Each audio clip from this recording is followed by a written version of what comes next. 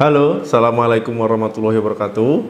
Pada video kali ini kita akan membahas kenapa atau alasan memilih nasi merah daripada nasi putih ataupun nasi merah versus nasi putih. Jadi orang Indonesia itu pada umumnya kalau belum makan nasi itu dibilangnya belum makan ya. Misalkan pagi tadi cuman makan roti ataupun makan buah ya. Kalau ditanya sudah makan belum? Ya jawabannya belum karena belum makan nasi. Nah, tetapi kalau seandainya teman-teman di rumah ini sedang makan nasi merah dan orang tahu ataupun teman yang lain tahu, pasti pemikirannya itu makan nasi merah ini untuk berdiet ataupun untuk menurunkan berat badan. Tadi gue makan di rumah itu makannya nasi merah. Oh, lo lagi diet ya? Pasti pemikiran orang kalau makan nasi merah itu untuk orang yang diet. Jadi memang diklaim ya, kalau nasi merah ini bisa menurunkan berat badan.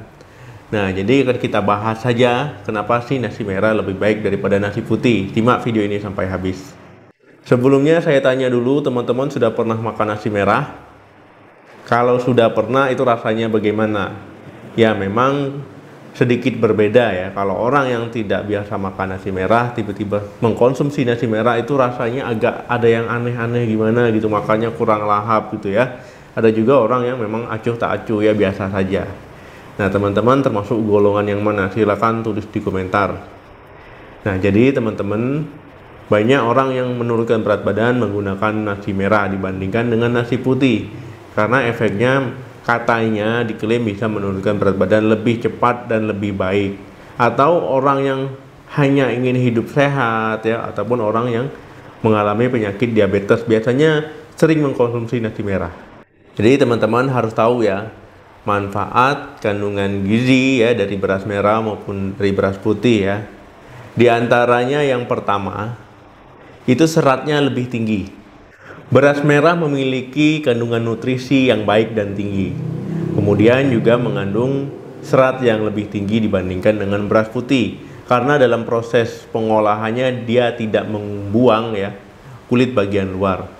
Nah, kalau seandainya teman-teman mengkonsumsi serat tinggi, kemudian juga beras merah ini ataupun nasi merah ini rendah kalori. Nah, ini sangat cocok ya untuk sistem pencernaan kita. Kalau serat tinggi bisa membuat kita cepat kenyang dan juga kenyangnya tahan lama. Kemudian kalori yang rendah ini bisa membuat kita tidak terlalu banyak mengkonsumsi kalori yang masuk ke dalam tubuh ya. Jadi kalorinya yang masuk ke dalam tubuh itu tidak terlalu banyak. Jadi sangat cocok memang untuk diet. Kemudian kandungan serat tinggi juga ini bagus untuk menurunkan kadar kolesterol tubuh.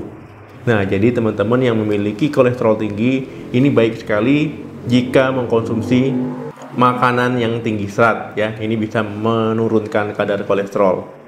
Nah, jadi memang tidak heran orang yang ingin hidup sehat, menurunkan berat badan ya, ini mengkonsumsi nasi merah dibandingkan dengan nasi putih. Yang kedua, vitaminnya lebih banyak. Nah, jadi memang kandungan beras merah vitaminnya dibandingkan dengan beras putih itu lebih banyak. Vitamin di beras merah misalnya tiamin ya, niacin maupun vitamin B6. Nah, jadi vitamin-vitamin ini sangat bagus, sangat bermanfaat untuk memenuhi kebutuhan vitamin teman-teman di rumah ya. Jadi jika teman-teman mengkonsumsi beras merah itu lebih bagus dibandingkan dengan beras putih karena kandungan vitaminnya sangat bagus untuk kesehatan. Jadi yang ingin menerapkan pola hidup sehat maupun yang ingin menurunkan berat badan memang saya sarankan beras merah.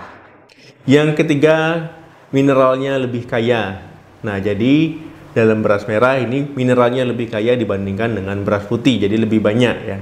Ini mengandung magnesium dan fosfor.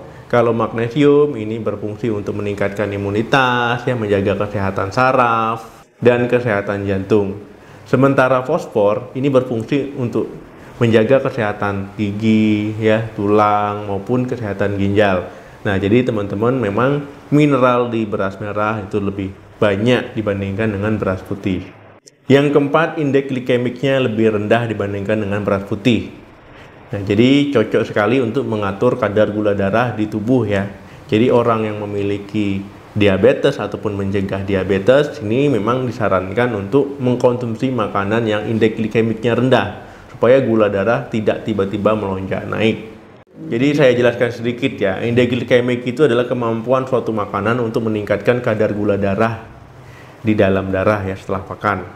Jadi kalau seandainya indeks glikemiknya rendah, berarti kemampuan untuk menaikkan kadar gula darahnya itu tidak tinggi ya.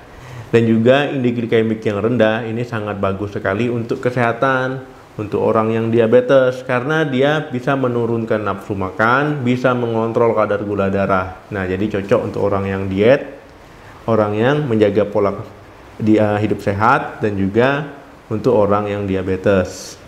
Jadi teman-teman kalau sedang diet ya, ini tidak mudah lapar, kemudian juga menurunkan nafsu makan, dan juga membuat gula darah tidak melonjak naik tiba-tiba. Kalau seandainya teman-teman mengkonsumsi indeks glikemik yang tinggi bagaimana? Ya, sebaliknya dari yang saya sebutkan tadi ya.